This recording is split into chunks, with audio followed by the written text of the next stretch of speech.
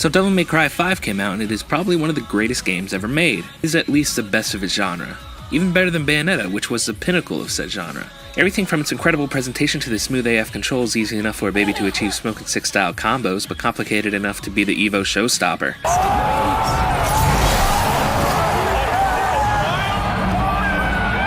Part of the reason Devil May Cry 5 works so well is because it takes what works in the previous games and pushes it further while iterating on what doesn't until it does. You can see an example of both with how Dante's style system evolved from game to game. You see in 2, Dante could run on walls and do flips and do fun gun tricks, but the game was trash, and it didn't reward you for engaging with those mechanics because this is all you needed to do.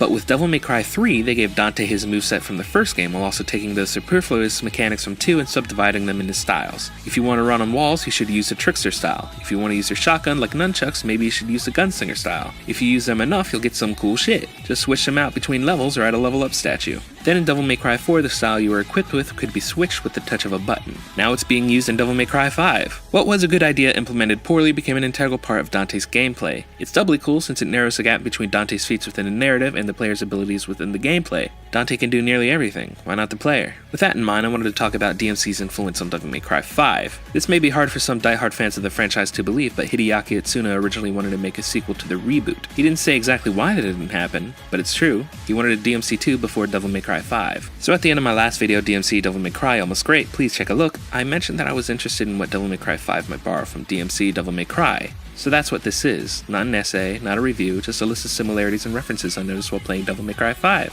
This is what Devil May Cry 5 learned from DmC. Spoilers for both games. Major spoilers. Probably the most notable thing I can think of is the free roaming camera. I mentioned this in a previous video, but in case you didn't see it, and you probably didn't, the original Devil May Cry was created in an attempt to develop Resident Evil 4. Devil May Cry borrows a lot of elements from Resident Evil, one of which was the static camera angles of the early Resident Evil games. Now this may be an innovation that would have happened regardless. The last AAA game in the character action genre I can think of that had fixed camera angles was God of War Ascension, but Devil May Cry has had the fixed camera perspective from 1 to 4. Well, the camera in Devil May Cry games did move, but they were essentially static. But then DmC happened and it offered full camera control. Hell yeah! Or is it hell yeah?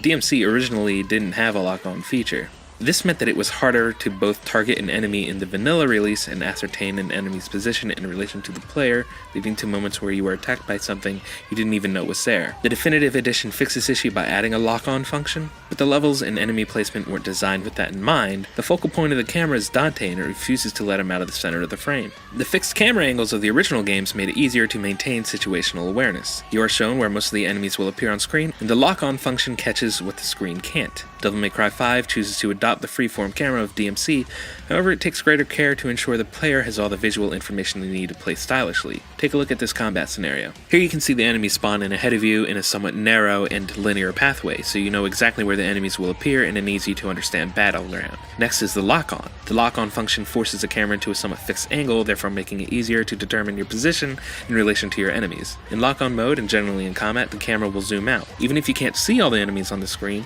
you will at least have a heads up when you are being attacked, since there's a lot of room between your character and the edge of the screen. Some presentational things, the style meter now has an announcer, like in DmC, even going so far as to use the style ranking, which is a bit problematic. Shut the fuck up, 50s dad.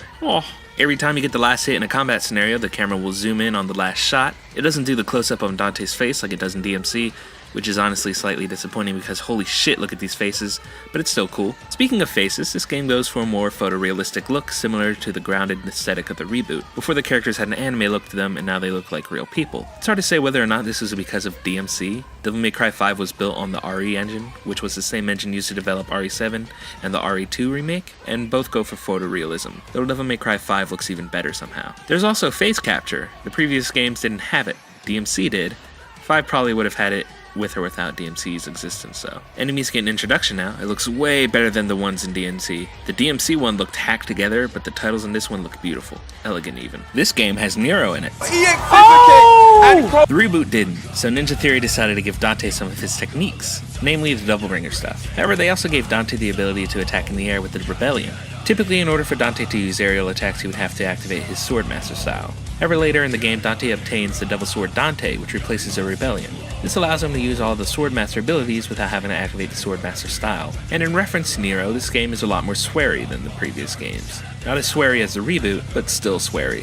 I think it works better here than in the reboot because it fixed Nero as a character. The characters are having fun with the swearing, whereas the reboot was trying to be edgy. Or maybe not? I don't know, that reboot had a tone problem because of Capcom's mandates and the backlash a reveal trailer received. Couple more things. V's double trigger isn't a demonic form. Instead, it colors his hair white from the normal black. Reboot Dante's double trigger colored his hair white as he embraced his demonic side. I mentioned spoilers already, so here we are. V is the human side of Virgil cast from his body. Since V isn't as demonic as complete Virgil, he's weak. But when he needs to access his demonic reserves to call a nightmare, his hair turns white. This implies that Dante, Virgil, and Nero's natural hair color is black, and that the white hair is because they have demonic power to maintain their hair color. Again, similar to the reboot. However, there hasn't been a moment where any of them lose their hair color, so maybe it is just V. Virgil also utilizes a technique used by the reboot Virgil. In the reboot, Dante couldn't use the style techniques. Devil May Cry 3 had 6 styles including Quicksilver and Doppelganger. The Quicksilver style allowed Dante to slow down time, and the Doppelganger style made it so that you can fight with a shadow version of yourself by your side. In the reboot, they decided to revamp these two styles for the twins' Devil Trigger.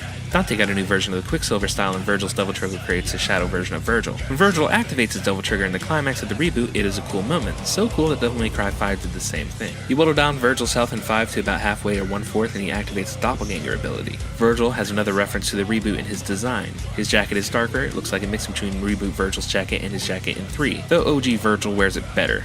Reboot Virgil's jacket was fucking sick though. Okay, so those are all the similarities and references I caught while playing 5. Given Itsuno's love of the reboot, there are probably more. That's what I saw. If there are any more, why not let me know down in the comments. Hope you're all enjoying Devil May Cry 5 as much as I am. I'm gonna go back to playing it now. See ya.